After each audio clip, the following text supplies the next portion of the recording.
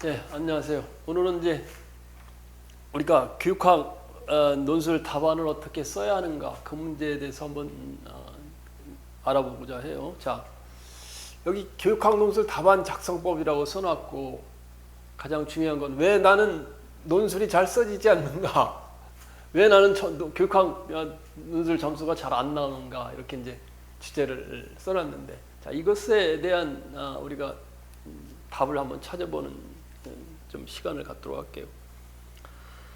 자, 교육학 논술이라는 걸 가만히 본질을 생각해 보면 교육학 플러스 논술이죠. 논술. 교육부 플러스 논술 아니에요.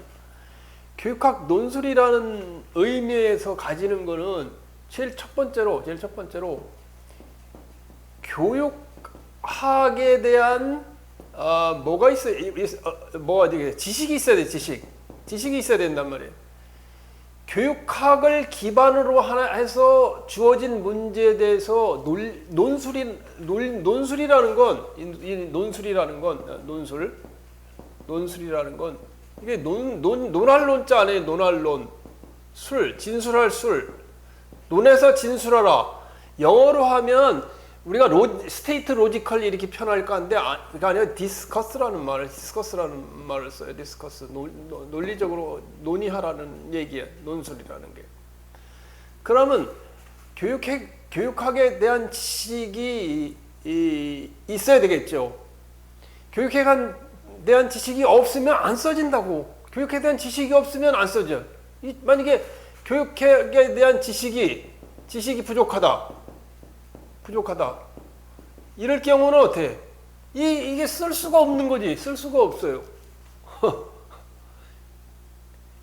지금 내가 모의고사 강의를 한 10년째 하면서 많은 사람들이 첫 번째 내가 이 모의고사 강의를 듣기 전에 뭐라고 그랬냐면 EPR 교육학을 최소한 3회독, 4회독 이상을 해야 된다. 이렇게 이야기를 해요.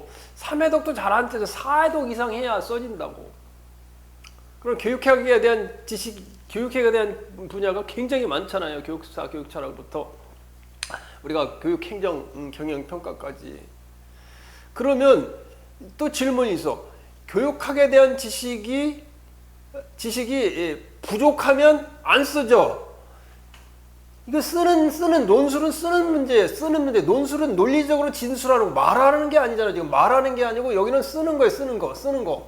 쓰는 거에 대한 문제와 교육학에 대한 지식 문제 두 개로 나눠 본다면은 교육학에 대한 지식이 부족하면은 안 써진다고. 그러면 반대로 교육학에 대한 지식이 많으면 잘 써질까? 써질까? 그렇지 않다는 거예요. 교육학에 대한 지식이 많아도 잘 안 써진단 말이에요. 그럼 교수님 어떻게 할 건데? 이런 질문을 두고 있는데 교육학 지식이 많기는 많은데 이 낱낱의 지식은 무용지물이다. 쓸데가 없다. 그럼 교육학에 대한 지식이 필요한데 교육학에 대한 지식이 어떤 지식이 필요하냐? 체계화된 구조화된 지식이 필요하다. 교육학 논술을 쓰는 거. 교육학에 대한 지식이 있어야 교육학 그걸 문제에 적용해서 쓸 거 아니에요. 근데 교육학에 대한 지식이 부족하면 안 써지는데 그럼 교육학에 대한 지식이 많으면서 잘 써지냐? 그거 안 써진다는 거예요. 많아도. 왜? 낱낱의 개별적인 지식은 무용지물이기 때문이다. 그 말이에요. 그러면 어떻게 해야 되냐? 교육학에 대한 지식을 체계화하고 그 다음에 구조화겠지. 그럼 체계화, 구조화가 무슨 말이냐는 얘기를 내가 10년 동안 얘기해도 내가 지금 그 교육학 논술 시험을 합격한 사람이고 서울대학에서 박사를 하고 지금 논문을 수십 편을 쓴 사람 아니에요. 매일 논술을 쓰는 게 일 아니야.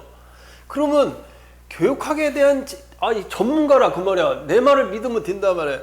교육학의 지식을 체계화하고 구조화하는 방법이 뭐냐? 방법이 뭐냐? 그런 질문을 하니까 낱낱이 지식을 많이 알아도 모르고 체제화 구조화해야 되는데 이 방법이 뭐냐? 이 방법은 지식 간의 낱낱이 지식과 지식 간의 이 연결망을 갖다가 파악하는 거예요. 연결망을 파악하는 거예요. 연결망. 하나의 네트워크지. 연결망이라는 건 어떤 관계가 있는가를 파악하는 것이 체계와 구조화라는 의미예요. 근데 그게 뭔 말이에요? 글쎄, 모르겠다.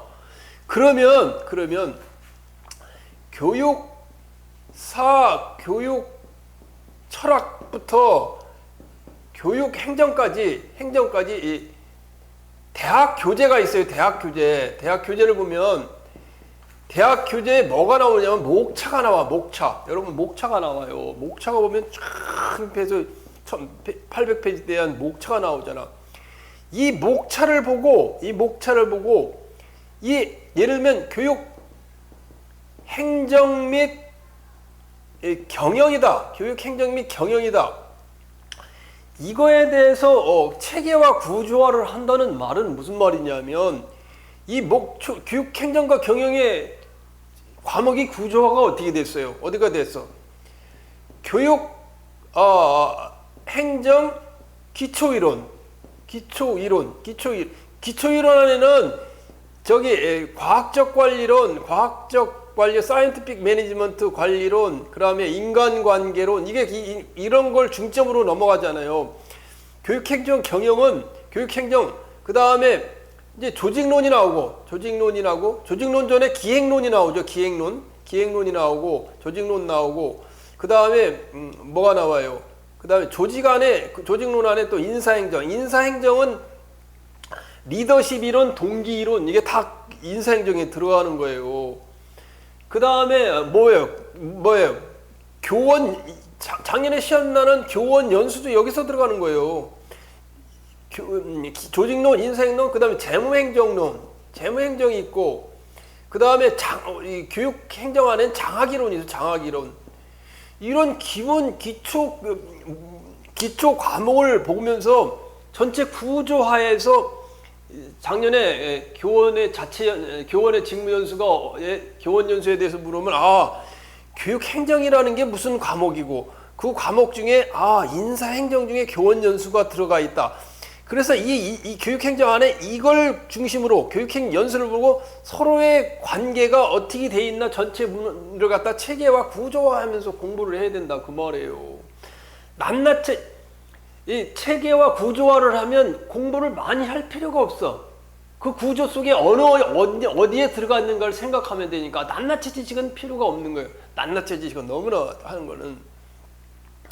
그래서 교육학에 대한 지식이 항상 목차를 뽑아놓고 그 다음에 이제 그러면 체계화 구조화의 낱낱적 측면이 뭐가 있냐면 EPR에서 여러 면에서 구조하고 체계화하려는 많은 노력을 해요. EPR 교육학 논술을 지금까지 보니까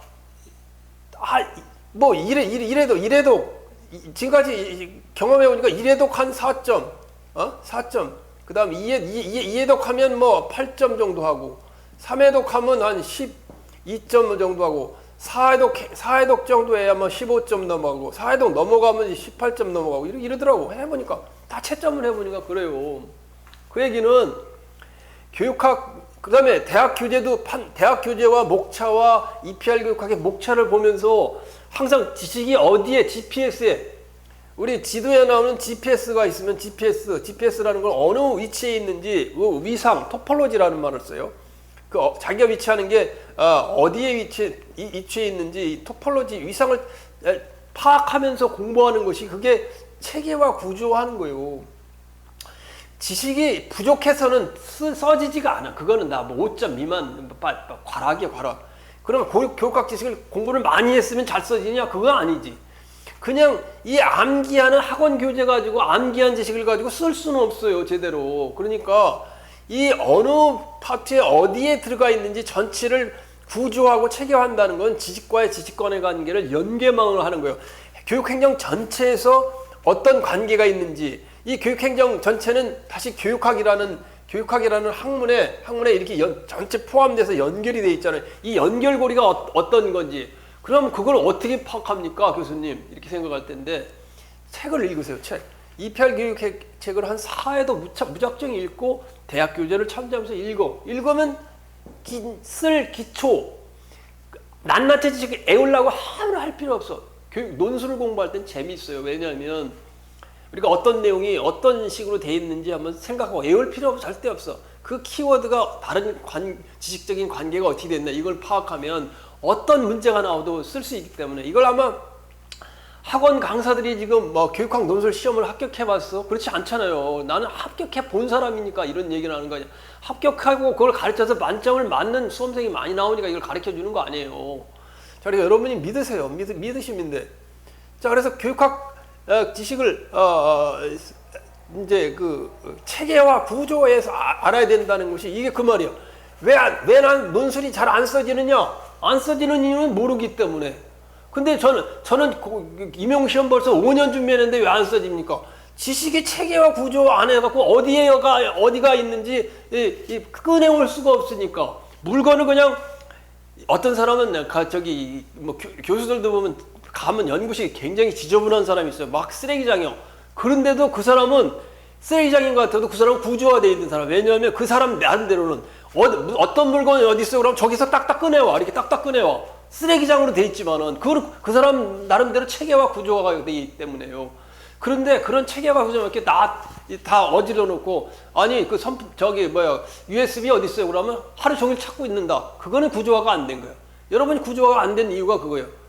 USB가 어딨냐? 자기가 막 어질러진 지식을 빨래를 빨아가지고 속옷은 속옷대로 겉옷은 겉옷대로 이렇게 옷장에 딱 정리를 해놔. 정리를 해놓으면 딱딱 찾아 쓸 수 있잖아요. 아니면 그냥 정리를 안 해놓는다고 딱 놔도 자기가 어느 부분이 있는지를 기억하고 있다면 속옷 저쪽에 이렇게 꺼내올 수 있잖아. 그것도 아니고 그냥 무조건 암기하고 막 시험을 봐. 이게 교육학이다 그래놓고 시험 문제 내는데 어디 가서 써놓을 건데 그게 어디 나온 거지? 이러고 있으면 안 되겠지, 그지?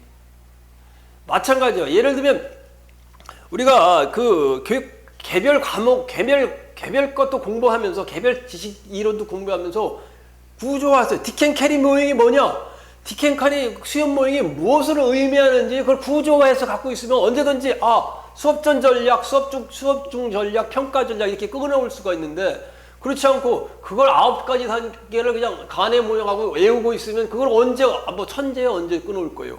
안 된다는 얘기예요. 구조화라는 말은 그 말이에요. 그 말에 이 목차를 항상 딱 들고 전체를 이 관계도를 파악하면서 공부하는 게 그게 구조화예요. 그거 없이는 논술이 안 써져. 그러니까 그걸 알기 위해서는 EPR을 4회독 이상 하면 그걸 알게 된다 이 말이야. 내가 구조화해서 써놨으니까 논술을 쓰기 위해서는 지금 요약집을 보면 여러분 교육학 논술 요약집 보면 절대 안 써져. 요약집은 버리라. 쓰레기통에 버리라. 내가 얘기했어요. 요약집은 안 써져. 왜냐면 논술을 쓰려면 줄글로 된 거. 줄글로 된 걸 봐야 줄글로 쓸 수 있다 그 말이야. 요약집은 안 된다 그 말이야. 왜? 서로의 관계도가 파악이 안 되니까. 이해가 가요? 이해가 가냐고. 왜 안 써지는가 생각을 해봐. 이제 요약집 보고 쓰려고 그랬는데 요약집은 관계도가 없어. 없어. 어느 지식이 어떻게 연결되는지 모르는데 USB를 찾아오라면 어디 있는 거야? 여기저기 튀어나. 그게 뭐더라? 그게 요약을 했는데 이게 뭐지? 어떤 관계에 있지? 관계를 모르니까 못 찾는 거예요. 알겠죠? 자, 그 다음에 이제 가장 중요한 게 이 교육학에 대한 지식을 체계화, 구조화하면서 해야 되는데 그거는 대학 교재 기본서 목차를 보고 EPR을 해독수를 높이면 그걸 파악이 된다 그 말이에요. 그 말이 된다. 그러면 교육학에 대한 지식은 체계화인데 그러면 잘 써집니까? 그럼 교육학 지식은 포함되는데 잘 써집니까? 그렇지 않다는 거지. 지식을 아는 거와 교육학 논술 지식을 아는 거와 쓰는 거 내가 여러 번 이야기하는데 아는 거 지식을 안다는 거 아는 거 그 다음에 쓰는 거 그 다음에 말하는 거는 거 이 세 가지 영역이 별개라는 거예요. 별개의 영역이라는 거예요. 코미디언 보세요. 코미디언 공부 많이 안 하고 박사학위 안 가져서 코미디언 말 잘해서 말을 잘하는 사람이 얼마나 많아. 말 재밌게 이걸 코미디 보잖아. 어떤 사람은 지식은 많이 없어도 쓰는 일을 굉장히 잘하는 사람이 있어. 자기 분야에서. 그래서 안다고 잘 쓰는 것도 아니고 안다고 말을 잘하는 건 아니에요. 그러면 방법이 뭡니까, 교수님? 어떻게 하는 게 방법입니까, 선생님? 이렇게 물을 텐데, 자, 아는 걸 갖다가 이 쓰는 거로 옮기는 쓰는 작업이 있어야 되는 거예요. 쓰는 작업이. 그런데 우리는 지금 생각을 돌이켜 보세요. 여러분이 쓰는 이 논술이라는 것은 논리적으로 쓰는 거예요. 논리적으로 술이라는 말은 진술이야. 논리적으로 진술하여 쓰는 거예요. 논술 작성이니까 논리적으로 진술하여 쓰는 건데 지금 질문을 해보면 여러분 논리적으로 써본 적 있어? 논리적으로 써본 적 있어? 논리를 써본 적이 있냐고요?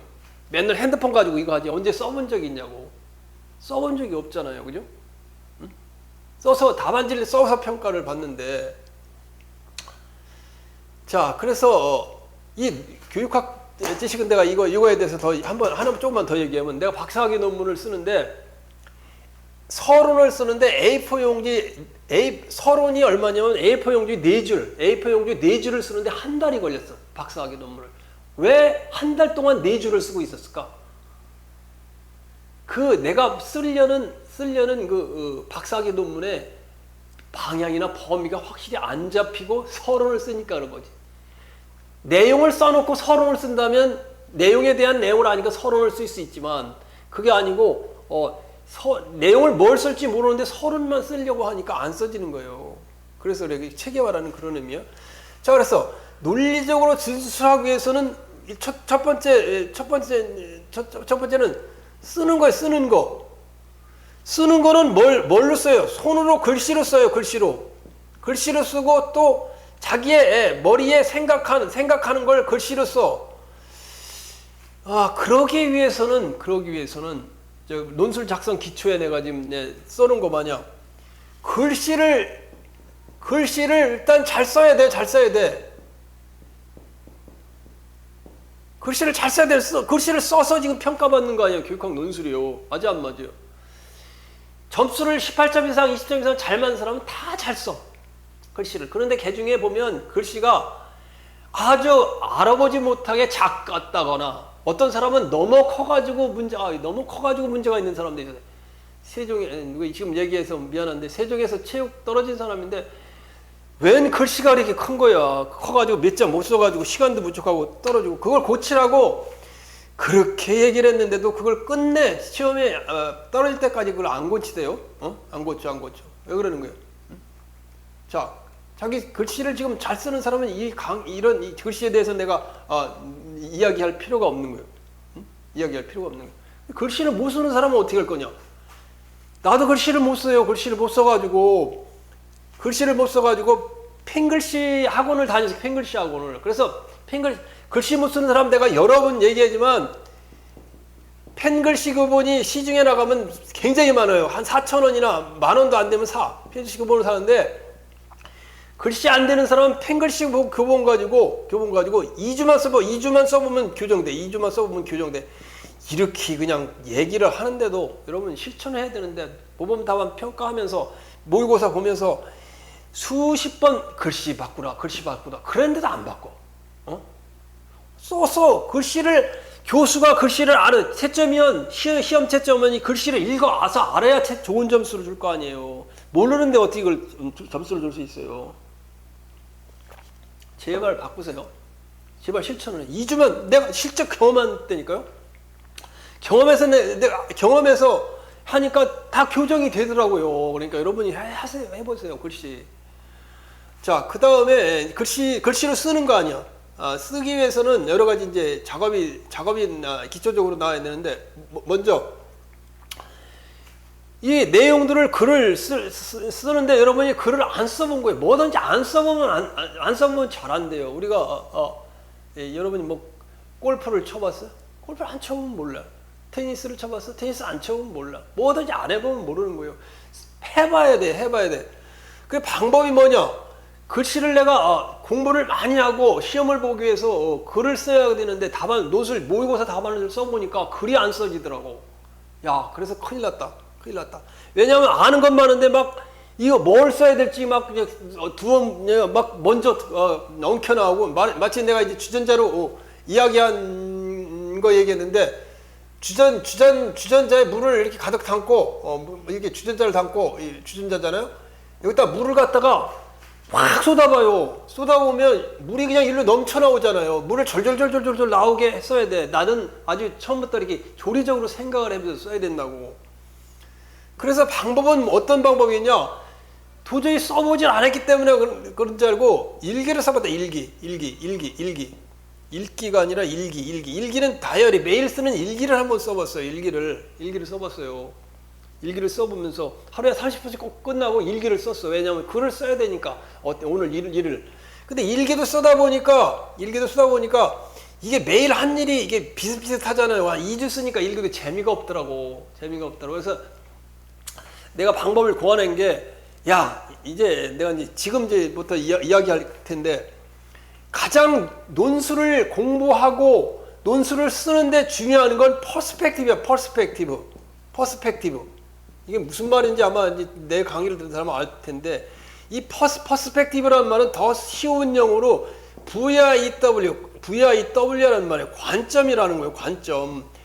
관점을 가지면, 유형과 관점을 가지면 글이 잘 써진다는 걸 알게 된 거지. 그래서 일기를 그냥 쓰니까 맨날 일어나가지고 시간대별로 시간별 활동을 쓰니까 시간별 활동을 써보세요. 아침에 일어나서 운동하고 강의 듣고 갔다 와서 목욕하고 잠자고 맨날 시간별 활동을 하면 시간별 활동이라는 건 똑같잖아. 매일 여러분 치카치밖에.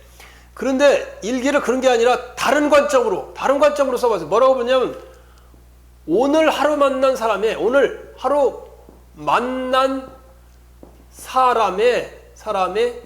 머리 스타일의 특징과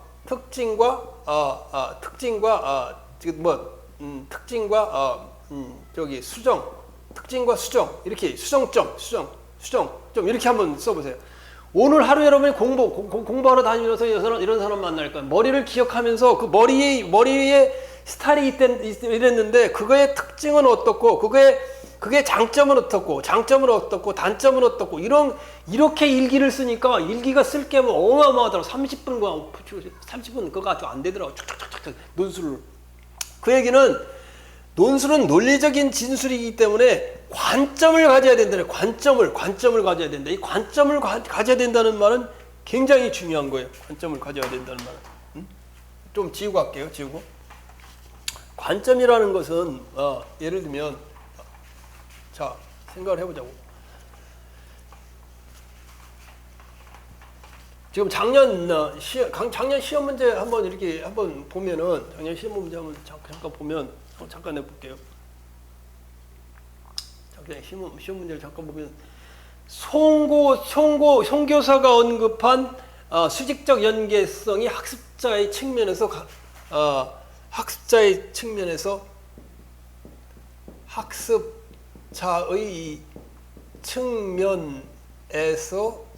갖는 두 가지 뭐 이렇게 두 가지 이렇게 있는데 관점이라는 건 뭐냐면 자 학습자의 측면 여기 측면이라고 관점을 써놨네. 관점 VIW 관점 퍼스펙티브를 써놨잖아요. 이 학습자라는 게 뭐예요? 배우는 사람은 사람 아니에요.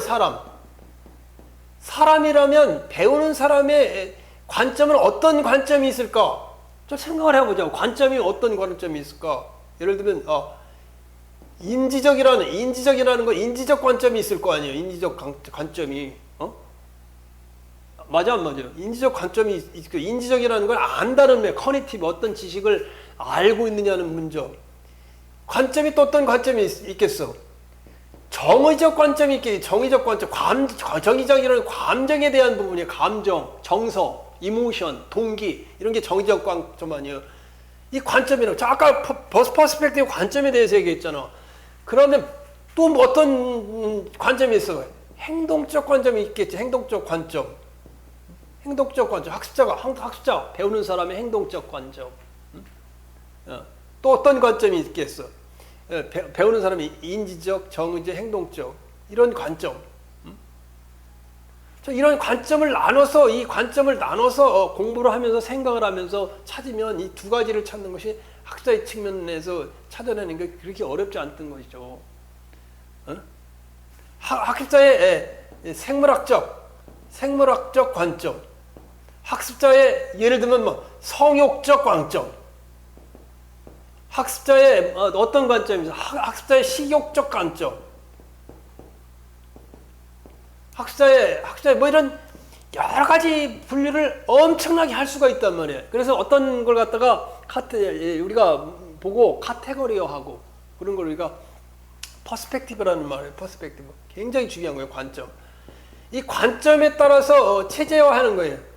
그러니까 교육과정이다. 그러면 교육과정이 무엇을 의미하는 건지 이 교육과정의 관점이 교사의 관점은 어떤 의미를 가지는지, 학생의 의미는 어떤 의미를 가는지, 국가의 관점에서 어떤 의미를 가지는지, 사회의 관점에서 어떤 의미를 가지는지, 행정의 관점에서는 어떤 의미를 가지는지, 아니면 학교의 입장에서 어떤 의미를 가지는지, 학부모의 입장에는 어떤 입장을 가지는지, 이게 관점이라는 게, 이런 관점을 가지고 어떤 걸 바라보면 논술을 쓰는데 굉장히 더 이게 금방 이해하고 전체 구조화할 수 있다 그 말이죠, 그죠? 자, 그래서 논술이라는 건 쓰는 건데, 자, 그래서 내가 이제 큰 틀은 내가 얘기를 해줬어요. 얘기를 해줬는데 이제 하나하나 나오는 걸 더 구체적으로 이제 또 생각을 해볼게요. 자, 점수가 왜 안 나오는가? 첫째는 교육학 지식이 체계화 구조화되어 있지 않다. 그럼 체계화 구조가 되지 않는 교육학 지식을 체계화하기 위해서는 어떻게 해야 되느냐? 대학 교재의 목차, EPR 책을 4회독 이상 하라. 목차를 보면서 내용들을 어디에 들어가 있는지 구조화해서 파악하라. 두 번째, 쓰는데 왜 안 써지느냐? 논리적으로 쓰는데 왜 안 써지냐? 써보지 않았기 때문에. 그럼 논리적으로 쓰기 위해서는 어떤 걸 가지냐? 관점을 파악하고 관점에서 어떤 걸 갖다 진술하려는 노력을 하면 그 지식의 그 흐름을 파악해서 잘 쓸 수 있다. 이게 지금까지 이야기한 두 가지예요. 자, 이제 구체적으로 좀 들어가가지고 아까 이야기한 대로 글씨를 잘 써야 된다는 거 분명히 얘기해서 글씨 수정하세요. 그 다음에 주어진 시간 내에 쓰려면 천천히 써서는 안 된다. 여러분들이 쓰기 문제, 두 번째 쓰기 문제인데 쓰기에는 펜도 지금 맨 밑에 펜 있죠. 아무 펜이나 지난번 펜을 보면 이게 뭐 볼펜에 질이 막 나오는데 그걸 갖고 답안지를 써는 사람이 있어. 지적하게 답안을 만드는 거예요. 그럴 필요 없어요. 테크노 펜이니까 여러분 뭐 펜이 있어. 그거 쓰는 거 선생님들이 다 쓰는 거 있어. 그거 해가지고 그거 가지고 쓰라는 거예요. 그래가지고 이 쓰기를 하는데 답안지를 탁 해갖고 여기하고 이렇게 아름답게 잘 꾸며야 되는 거예요. 답안지 자기 얼굴에 화장한 거 마냥 화장을 예쁘게 한 거면 똑같이 답안지를 만드는 거예요. 그냥 지적하게 하는 게 아니고. 자, 그 다음에 교육학 논술을 쓰는데도 순서가 있다. 마찬가지로 지금 이 말도 마찬가지요.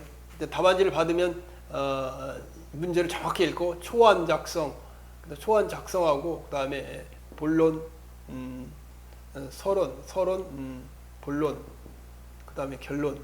이거 쓰는 건 이제 좀 다 가르쳐 줘요. 자, 그 다음에 답안지, 그 다음에 세 번째, 답안지는 남기지 말고 답안지는 가득 채운다. 항상 가득 채운다. 뭐 답안지를 남겨서는 안 돼. 답안지를 항상 전략적으로 해서 탁 치고 글씨 크기가 너무 커도 안 되고 너무 작아도 안 되고 자기가 연습을 하세요. 연습을 해가지고 딱 답안지 2장에 딱 나가게 수없이 연습을 해야 돼. 그냥 해서 안 돼요. 나중에 18점 있는 2편 강의 듣는 사람이 나중에 강의 끝나고 다 잘 쓰더라고. 금방 익혀요. 그 다음에 작용공은 논리적 진술 얘기했어요. 논리적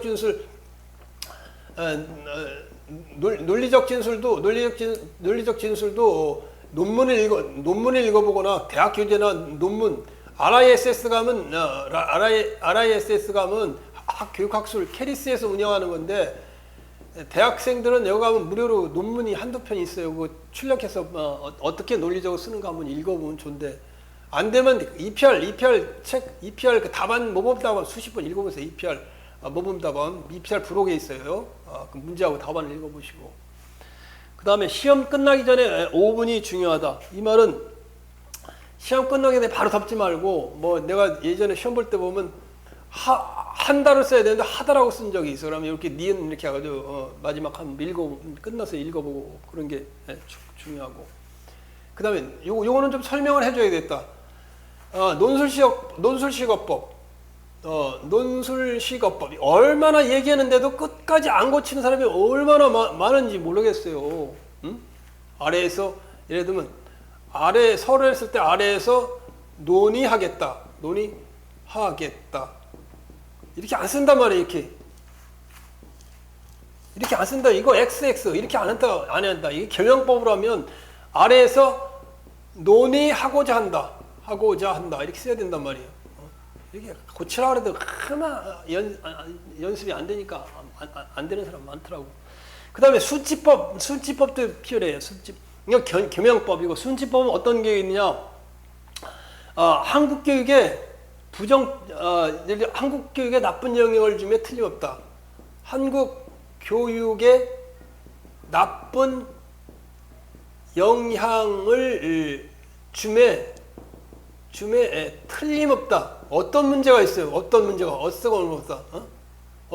있어? 틀림없다라는 것은 이건 확정적인 거. 나쁜 영향을 주면 틀림없다. 이건 신문 사설에나 쓰는 용어예요. 이러지 말고 한국 교육에 부정적 영향을 줄 가능성이 크다. 이게 더 순치가 됐잖아요. 그죠? 순치가 돼 있잖아. 실제로 내가 모범답안을 예전에 한번 써보라 그랬더니 이렇게 쓰는 사람이 있어. 뭐라고 쓰느냐면 빛 좋은 개살구이다. 이거 직설법이 빛 좋은 개살구이다. 빛 좋은 개살구의 의미가 뭐예요? 한국 교육은 빛 좋은 개살구이다. 답안지 이거 평가하면서 채점위원들이 웃겠지, 그지? 예. 빛 좋은 개살구이다. 실효성이 감소될 수 있다. 이렇게 어법을 갖다가 이거는 말로 하는 거죠. 말로 하는 대화법이지. 이거는 이제 글로 이렇게 쓰는 법은 이렇게 쓴단 말이에요. 그 다음에 보면은 여러 번 이야기하는데 특히 논술식어법에서는 과거형은 거의 잘 안 써요. 과거형 안 써. 했다 이런 말 잘 안 쓴단 말이에요. 과거형은 안 쓴단 말이에요. 그 다음에 했다보다는 한다 또는 것이다. 이게 논술식어법이에요. 것이다. 기초적인 거.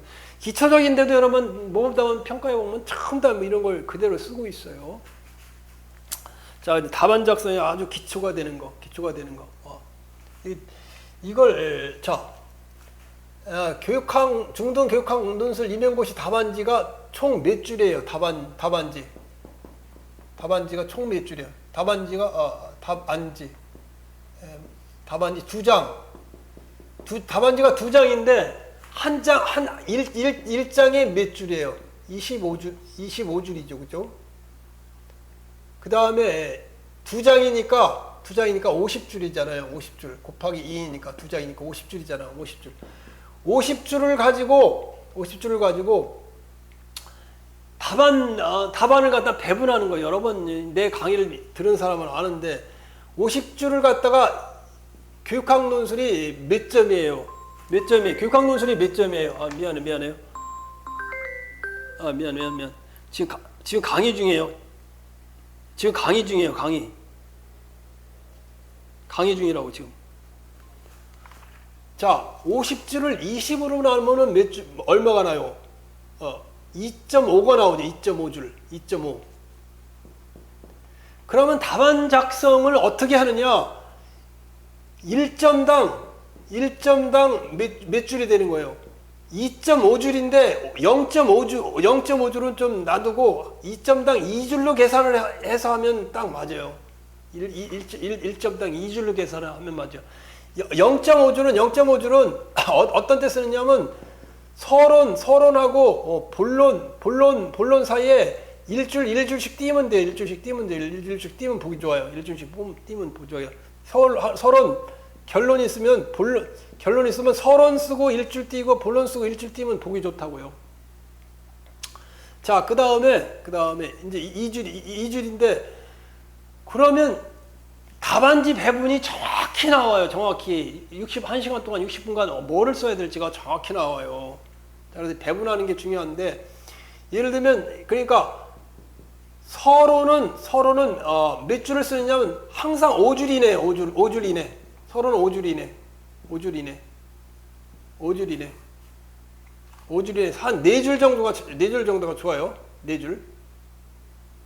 그 다음에 본론에 가면 점수가 4점짜리 점수가 있고, 그 다음에 4점짜리 점수가 있고, 그 다음에 또 4점짜리 점수가 있고, 그 다음에 이거 3점짜리 점수가 있고, 이렇게 쳐. 그죠? 그래서 이 4점짜리는 1점당 2줄이니까 곱하기 2를 하면 8줄에서 10줄 사이에 쓰면 돼요. 4점짜리는. 정확히 나와. 작년 시험 예를 들면, 학습자의 무슨 측면 2가지 그러면 한 가지에 2줄이에요. 한 가지에 2줄이라고. 한 가지에 2줄씩 쓰면 돼요. 2점이 배분되니까 1점이 2줄이니까 2줄씩 쓰면 돼요. 곱하기 2는 8줄. 8줄에서 10줄 사이로 쓰면 돼요. 여기 곱하기 2는 8줄, 10줄. 그 다음에 곱하기 2는 8줄, 3줄, 6줄. 6줄에서 8줄 사이에 이렇게 쓰면 돼요. 그 다음에 결론은 항상 5줄 이내. 한 4줄 정도 시간이 나오면 또 5줄 쓰면 돼. 딱 나오는 거, 떨어지는 거. 수없이 연습을 해야 돼. 이렇게 써야 돼. 답안을 남긴다는 건 말도 안 되는 얘기예요. 공부가 안 됐고 그렇게 해서는 안 돼요. 자, 그 다음에는 그래서 거기 나오죠, 그죠? 내가 지금 작년 문제 해가지고 해놓은 게 그거예요. 거기 나온 대로. 그래서 거기 보면 점수 배분이 딱딱 나오지. 몇 프로 됐나? 50분 됐죠, 그죠? 거기 보면 송교사가 언급한 교육과정의 수직적 연계성이 학습자의 측면에서 갖는 의의 2가지. 의의 2가지니까 한 가지에 2줄, 또 한 가지에 2줄, 그럼 4줄이죠. 송교사가 계획하는 교육과정 재구성의 구체적인 방법 2가지. 한 가지에 2줄, 또 한 가지에 2줄. 이렇게 해서 8줄이 되는 거예요. 물론 8줄에서 10줄 사이니까 조금 이제 앞뒤로 한두 줄은 총체적으로 연계성을 말하는 걸 써야 돼요. 모금 답안을 여러분 수십 번 읽어보세요. 내가 어떻게 써놨나? 그 다음에 두 번째, 송교사가 총평 관점에서 학생을 진단할 수 있는 실행 방안은 2가지. 2가지일 때 한 가지에 2줄씩. 2가지니까 2가지면 4줄, 4줄. 송교사가 활용할 수 있는 평가 결과의 해석 기준은 2가지 이유를 각각 그 이유와 함께 제시. 딱 한 줄, 한 가지에 2줄. 그 다음에 또 좀 더 쓰라는 건 10줄까지 쓸 수 있다고 그랬죠. 자, 글쓰기 연습도 아까 얘기했죠. 그죠? 시험시. 써보라. 매일 써봐야 된다. 그 다음에 이제, 그 다음에 답안 작성법에 또 하나 이제 시험장에 가갖고, 여러 번 이제 내가 모의고사도 보면 너무 이제 급하게 서두르다 보니까 이 주제나 문제를 갖다가 대충 읽고 문제를 쓰면은 아주 낭패를 봐요. 나중에 보면 내가 그러니까 초안지에 주제가 되는 것 같다 명확히 써놔야 돼. 명확히. 작년 문제 같은 경우 학교 내 교사 간 활발한 정보 공유를 통한 정보 공유를 통한 정보 공유를 통한 교육의 내실화. 그러니까 이 주제를 갖다가 정확히 한번 써가지고 몇 번 읽어보고 생각을 해요. 학교 내 교사 간 활발한 정보 공유를 통한 교육의 내실화에 대해서 한참 전체 구조가 뭘까 이렇게 생각을 해봐야 돼요. 문제를 정확히 읽고. 그 다음에 초안을 잡아야 돼요. 초안은 우리가 주어진 게 60분이잖아요. 60줄이 아니야 60분. 주어진 게 60분인데 초안에 배분되는 건 20분이 넘으면 위험하다. 20분 넘으면 위험. 왜냐면 40분 동안 써야 되는데 시간이 부족하기 때문에 안 돼요. 그러니까 초안은 가능한 한 15분 내로 끝내야 돼. 초안이 뭐냐? 설계도의 초자, 안자, 설계도 어떻게 쓸 거니까 초안을 잡든 초안 잡는데 뭐를 해놓냐? 초안 잡을 동안에 해야 되는 일은 갖다가 목차를 잡고 그 다음에 무엇을 쓸 것인가 적어놓는 거예요. 목차, 서론 이게 목차예요. 서론은 항상 같은데 그 주제가 가지는 정보 공유를 통한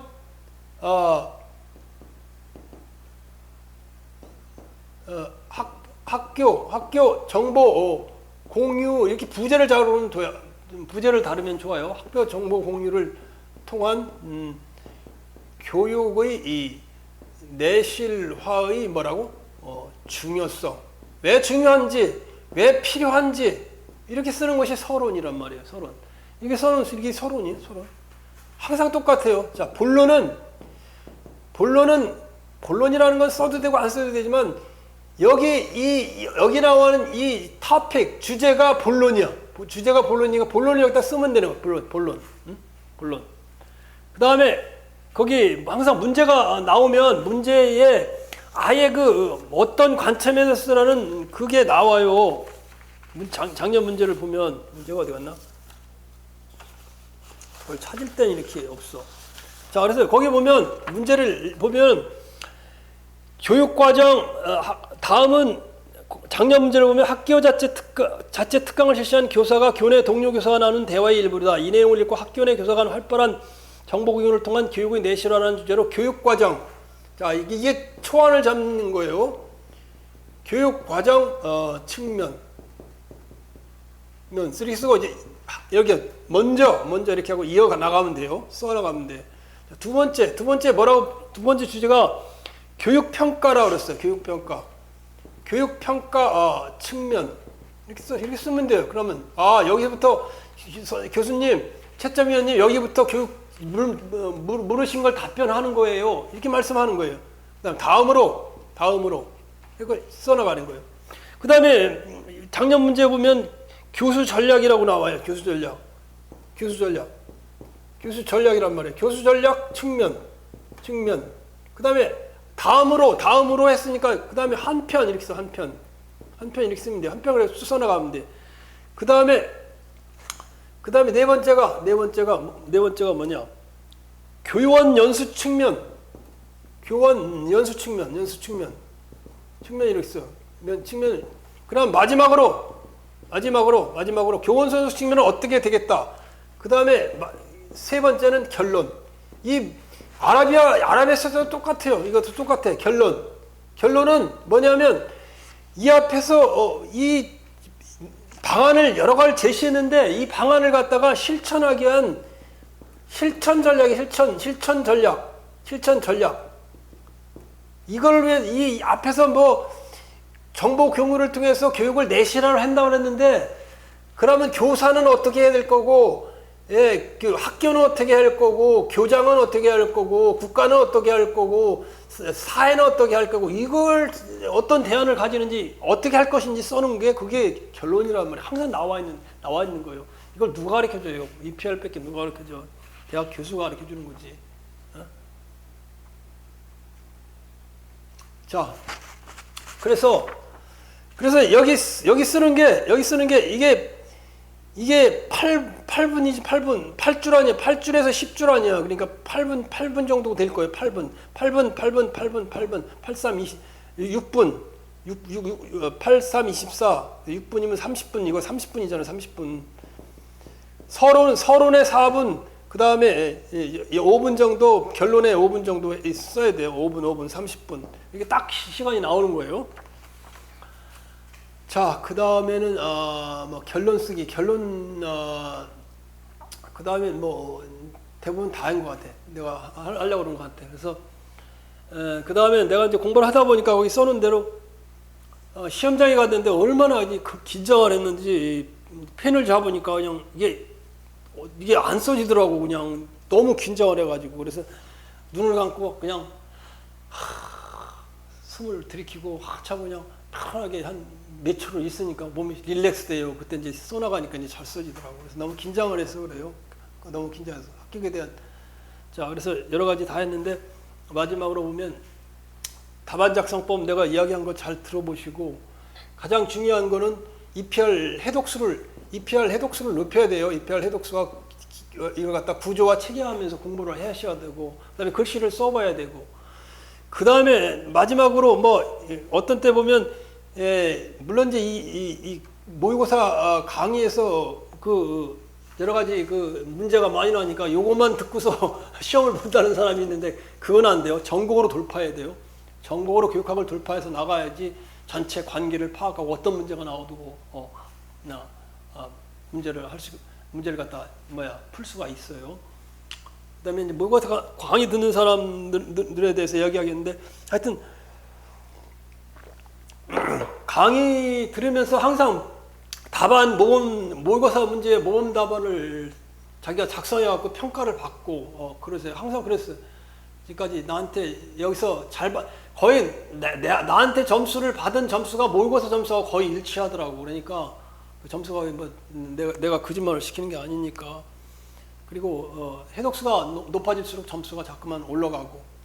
자, 그래서 그렇게 하도록 하고, 마지막으로 내가 그 프롤로그에 써놨는데 푸시킨이 한 말을 한번 읽어보면, 삶이 그대를 속일지라도 슬퍼하거나 노하지 말라. 슬픈 날엔 참고 견뎌라. 즐거운 날이 오고야 말리니. 그 밑에 보면, 절망의 나날을 참고 견디면 기쁨의 날이 찾아오리라. 또 밑에 보면은 우울한 날을 견디며 믿으라. 기쁨의 날이 오리니. 마음은 미래에 사는 것, 현재는 슬픈 것. 마지막 줄에 서름의 날을 참고 견디면 기쁨의 날이 오고 말리니. 자, 여러분 지금 힘들고 어렵지만 지금 여기서 푸시킨이 이야기한 대로 슬픈 날, 그리고 절망의 날, 우울한 날,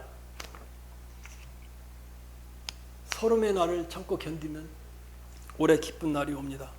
자, 올해 모두 다 기쁜 날을 맞이하시길 바라면서 논술 작성법은 여기서 마치도록 하고, 다음 시간에는 그 작년 기출문제를 풀어보도록 할게요.